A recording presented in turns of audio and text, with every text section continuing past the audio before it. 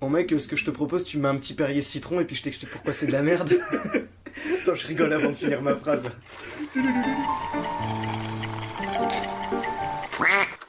Bon donc nous voici chez Bébert, on a voulu s'enregistrer en sortant de la salle et puis il y avait trop de vent, c'était pas pratique. Du coup on est rentré et Bébert me fait l'honneur de son accueil. On est bien resté silencieux pendant tout le trajet du retour pour être vraiment vierge de tout avis de l'autre sur le film. Pas pour ton speed, faut que j'aille me coucher. Ouais non mais on va faire vite. Mais il faut parler quand même parce que c'est important quoi. Absolument, faut en parler. Donc est-ce que t'es prêt à te la mettre dans la pure tradition gréco-romaine?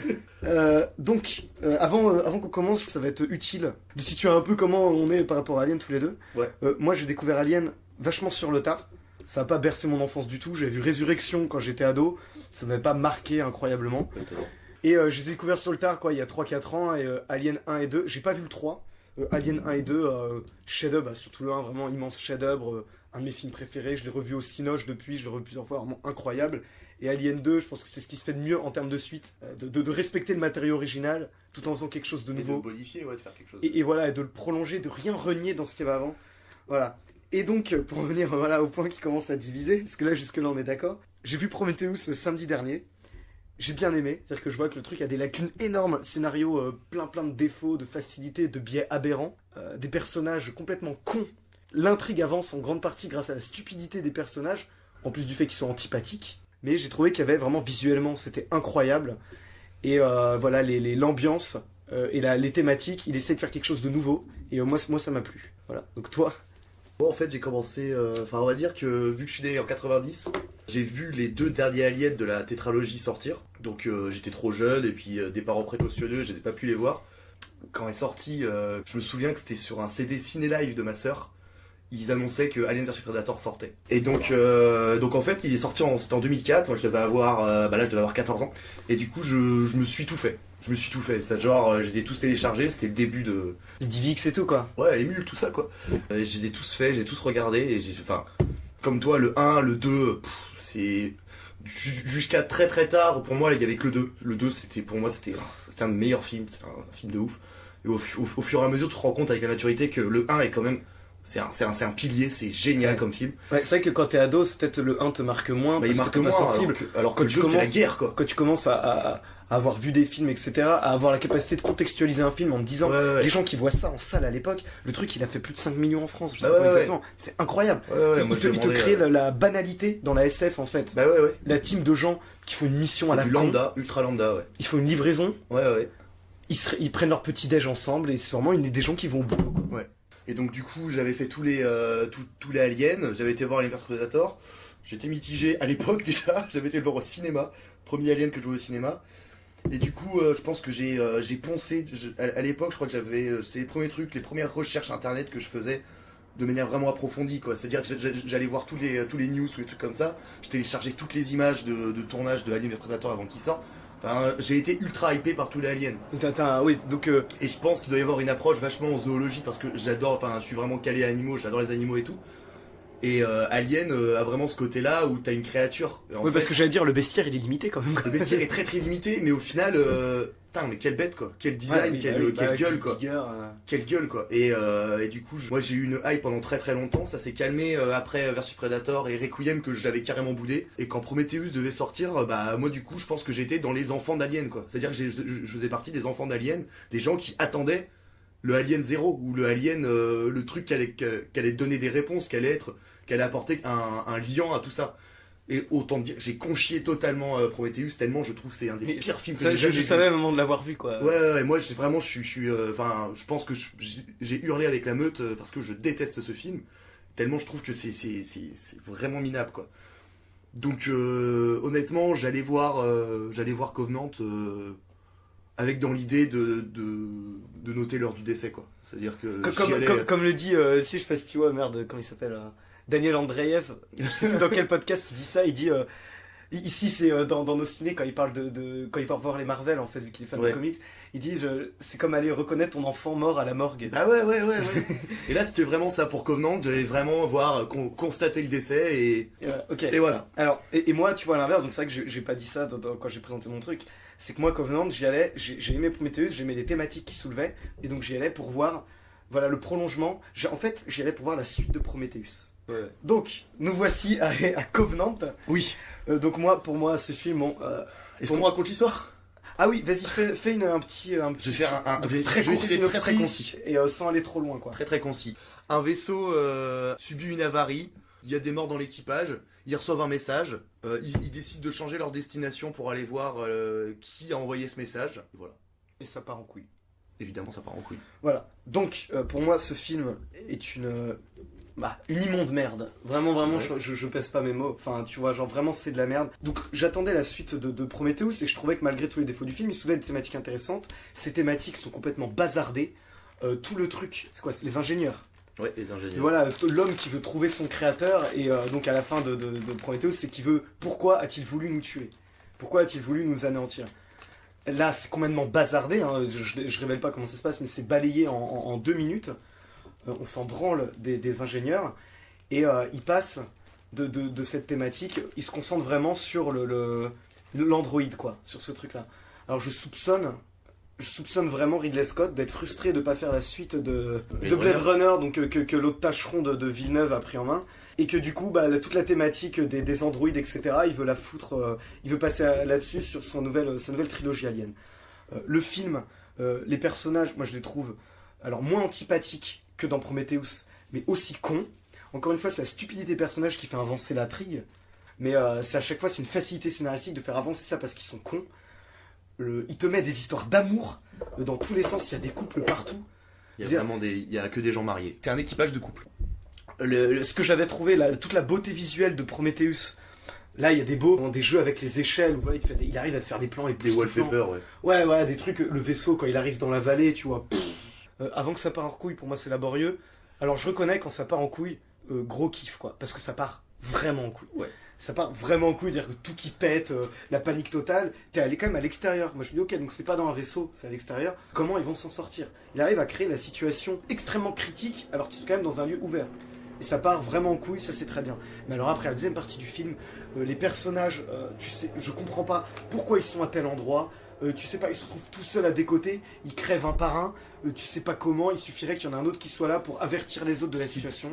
On précise que ça c'est pas du spoil, ils meurent tous tout le temps dans c'est voilà, Alien, c'est vraiment... Il y a que Alien. Alien 4 où il y a beaucoup à survivre, je crois. Tu regardes de toute façon, tous ces genres de films, c'est comme Life qui est sorti il y a pas longtemps, même si tu l'as pas vu, tu regardes ce genre de film pour voir la mise à mort des personnages. Ouais. Tu sais qu'il y en aura allé 1, 2 ou 3 grands max qui vont survivre, Ouais. quoi qu'il arrive.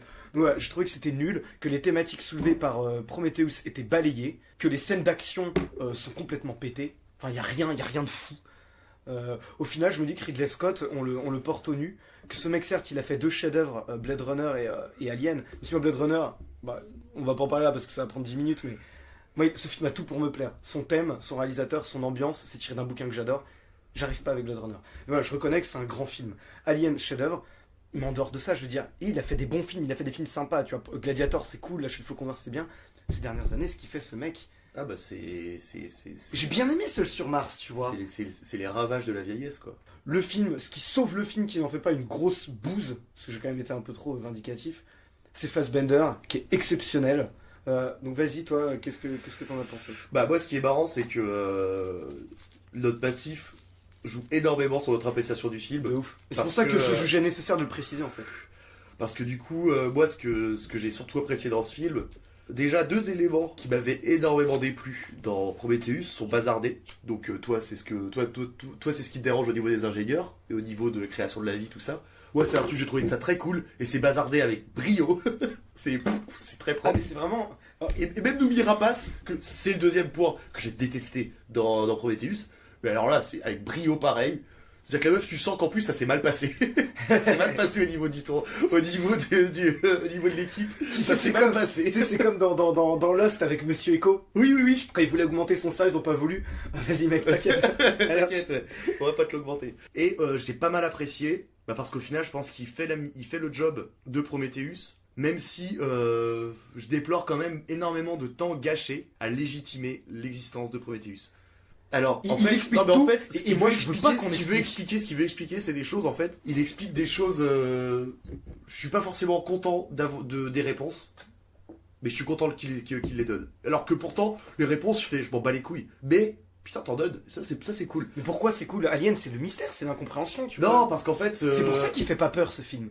Mais bien sûr, parce qu'on comprend tout. Ouais, mais en fait, déjà, justement, pour finir, ce qui m'a plu dans le film, c'est que, comme je disais, moi, ce que je kiffe, c'est la bête. J'adore cette bête, elle est magnifique, je trouve ça... Ouais. Et il y a vraiment des moments où il lui rajoute des trucs, on voit sa vision, ça, je trouve ça génial. De trucs en POV, quoi. On voit sa vision. Ça, c'est excellent. Ça, c'est putain, tu dis, ça, voilà, ça, tu vois, fait partie des points où je trouve ça cool. T'as plein de mouvements qu'elle fait. Je trouve ça très reptile. C'est un peu à la Predator, hein. T'as ça dans Predator, bien sûr. Comment et qui était la meilleure scène de Predator. Tu sais qu'on avait la masterclass de McTiernan, il remontait ce truc. Et j'avais loué la VHS, sur la VHS, c'était marqué Image Mode au moment où il y avait sa vision, genre ils avaient oublié d'enlever des trucs. Et je pense, ouais, voilà, moi ce que je kiffe vraiment c'est le bestiaire, et même s'il est très limité, il est magnifique, je trouve. Enfin, c'est surtout super que là, en l'occurrence, esthétique. c'est un bestiaire un peu varié, quoi. T'as pas qu'une bête, t'as une évolution. Bah, c'est ça, et en fait, là-dessus, il y a une envie de cohérence, et que je trouve louable. Et en fait, moi qui me plaît, en fait, parce que c'est ce que je voulais, La peur, c'est justement de pas comprendre, tu vois. Ouais. Bah oui, c'est ça le problème, c'est qu'en fait, il finit par. Il est en train de. Je sais pas s'il est en train de faire un Jurassic World ou s'il est en train de faire un Star Wars 7. Je sais pas lequel des deux. Vers quoi il se dirige. Ouais. Vers quel fanservice il se dirige. Parce que clairement, moi j'ai été berné comme ça. Parce que pour moi, je l'ai aimé, mais je l'ai aimé en me faisant tromper, quoi. Mais c'est du fanservice pur parce que en fait, ce film, je me suis rendu compte en repensant à Prometheus. Pour moi, la démarche de Covenant, c'est genre, ok, vous avez tous chié sur Prometheus, vous m'avez tous démonté. Vous vouliez un Alien Origin, je vais vous donner un Alien Origin. Et du coup, alors, c'est sûr, ça divise complètement. Il se soumet à la pression des fanboys, qui sont, de toute façon, pour moi, que ce soit pour les comics, pour les Star Wars, pour tout, en général, les fanboys, ils sont pas de bons conseils, quoi. Ils donnent aux gens. Alors après, voilà, le nouvel élément, peut-être le seul point où on est d'accord sur le film, c'est le personnage de David, l'androïde Fassbender. Revenir là-dessus, moi, les bons points, truc que j'ai vraiment bien kiffé, c'est que, bah, même si l'équipage est très con, c'est un meilleur film d'équipage que Rogue One, par exemple. Je trouve que les persos fonctionnent tous un peu mieux, même si ils ont pas tous de rapport. Il y a un effort pour qu'il y ait beaucoup de scènes. Voilà, mais tu reconnais l'effort, je veux dire, c'est un truc genre...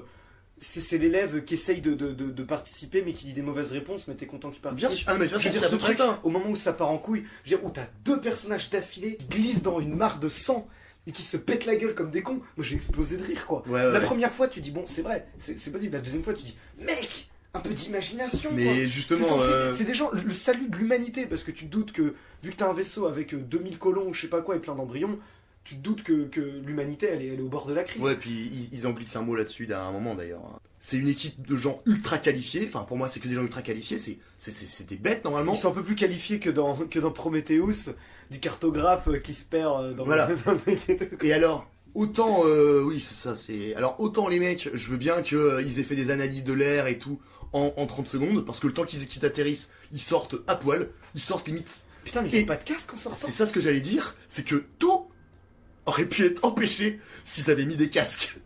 Oh putain. Tout aurait pu être empêché s'ils avaient mis des casques. Mais même là, tu dis putain les mecs, enfin même si ça a l'air hospitalier, vous la connaissez pas la planète. Non, mais un casque. Mais il y a d'autres trucs comme ça, tu admettons, vois. On en revient qui était volatile, qui te pète le crâne, c'est en passe. Mais un casque. Mais on en revient à la connerie des personnages. Tu vois, le truc de... c'est leur plus grosse connerie pour moi. Non, le truc aussi où ils arrivent dans l'espèce de truc construit par les hommes, tu vois, construit par des gens, visiblement. Il n'y a plus de gens. Tu te dis que ça pue la merde. Il y a des cadavres partout. Et les mecs se disent, oh tiens, bah c'est cool, on va tous se séparer. La meuf, je veux dire, à quand même un moment, sans révéler le truc, à un moment, une meuf qui dit, bon les gars, je reviens, je vais me laver. Oui, c'est vrai que le moment... Des connasses. Là, franchement, ils ont perdu plein de monde. Il n'y en a pas un qui chiale. Ou si, peut-être vite fait le marié ou quoi. Oh, je vais me laver. Non, franchement, attends d'être dans le... Attends d'y être, quoi. Mais c'est ça, tu vois. Attends d'être après, dans le vaisseau. il faut bien que le truc avance et que le truc se déclenche. Mais moi, j'ai du mal, surtout dans ce genre de film, où quand même... Le principe, c'est que les personnages soient mis en danger. Donc, pour que tu partages leur mise en danger, il faut que tu t'attaches à eux. Et t'as beau dire qu'ils sont... Certes, il y a des relations entre eux, mais dans Fast and Furious 5 aussi, il y a des relations entre eux, tu vois. Là, c'est des gens qui sortent de nulle part, on n'en connaît aucun, à part l'androïde qui n'est même pas le même. Comment tu peux en avoir quelque chose à foutre si tu les connais pas et qu'ils sont cons? Qu'est-ce que t'en as à foutre quand ils crèvent ou quand ils sont en danger? Bah, en fait, c'est ça qui est marrant, c'est que je pense qu'il y a 3 persos que je devais fixer. Au début, on voit la meuf qui regarde la vidéo de son mec sur YouTube qui est en mode James en Franco, stéréo, là. c'est James Ah oui, Franco. oui, comme précision, James Franco. Donc son plus grand rôle, il est dans un cryogénisation. Le mec, il parle pas, tu le vois, son truc merde, il crève. Meilleur rôle de James Franco. Il a 2 minutes à l'écran, même pas 30 secondes. Mais je l'ai même pas reconnu, reconnu quand il regarde sa vidéo YouTube, tu sais. Et donc voilà, oui, donc pour revenir à la vidéo YouTube, Moi, à ce moment-là, on voit cette scène, la meuf qui regarde son mari, et elle met une croix autour de son cou. C'est pas une croix, c'est un clou. Mais voilà, mais moi je croyais que c'était l'actrice. Noomi Rapace. Noomi Rapace, je croyais que c'était Noomi Rapace. Parce qu'elle est avec son mec, bah ouais, il bosse en couple. Attends, il bosse en couple. Elle met un truc autour de cou, je dis ouais, bon, la croix, elle a dû perdre un morceau, j'ai zappé ça dans Prometheus. Et du coup, j'ai cru que c'était le même personnage. Non, parce que je trouve que tu le vois bien que c'est un clou en fait. Enfin, c'est même pas expliqué l'histoire du clou. Bah, bien sûr que si, mec. Pourquoi? Enfin, la cabane. C'était pour ça justement le clou. C'est pour ça que je te dis que finalement il y a des persos qui sont. Enfin, moi par exemple, très très vite, j'ai vu que le couple qui est à l'équipage, donc avec Danny McBride, j'ai scruté et il y a quand même beaucoup de persos où j'ai commencé à comprendre très vite, enfin, à connaître les persos à peu près. Je trouve que leurs morts sont expédiées, mais il y en a beaucoup en fait. Enfin, je me suis vite dit, ok, ils mettent un tout petit peu de personnalité dans leur perso, quoi. Et c'est vraiment mon grand étonnement que je défends énormément ce film. Je défends vraiment ce film. Et je le voulais pas. Bah, je me suis fait niquer parce qu'il m'a eu sur des trucs. Et j'ai vachement de mal à le défoncer. Et ce que je trouve que c'est mauvais. Je me demande si c'est un moins bon film que Prometheus. Je me demande, mais. Ah, pour moi, c'est un moins bon film que Prometheus, clairement, tu vois. Ridley Scott, le mec a repris le truc. Et je pense s'est servi de tout ce qu'avaient fait les autres avant pour en faire un socle. Un socle de, on va dire, d'imaginaire commun pour tout le monde.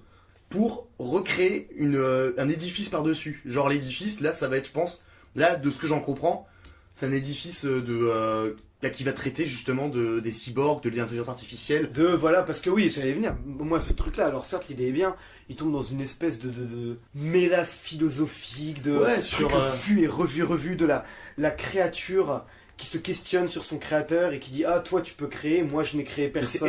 C'est énormément basé sur la création. Ouais. Tu concèdes énormément de choses à ce film parce que c'est Alien. Imagine mec, c'est pas Ridley Scott qui l'a fait, c'est pas un Alien, c'est pas le truc d'une série etc. C'est un film non-name qui sort de nulle part, tu vois. Genre tu trouverais que c'est un bon film, tu trouves que c'est quoi? Un film Netflix.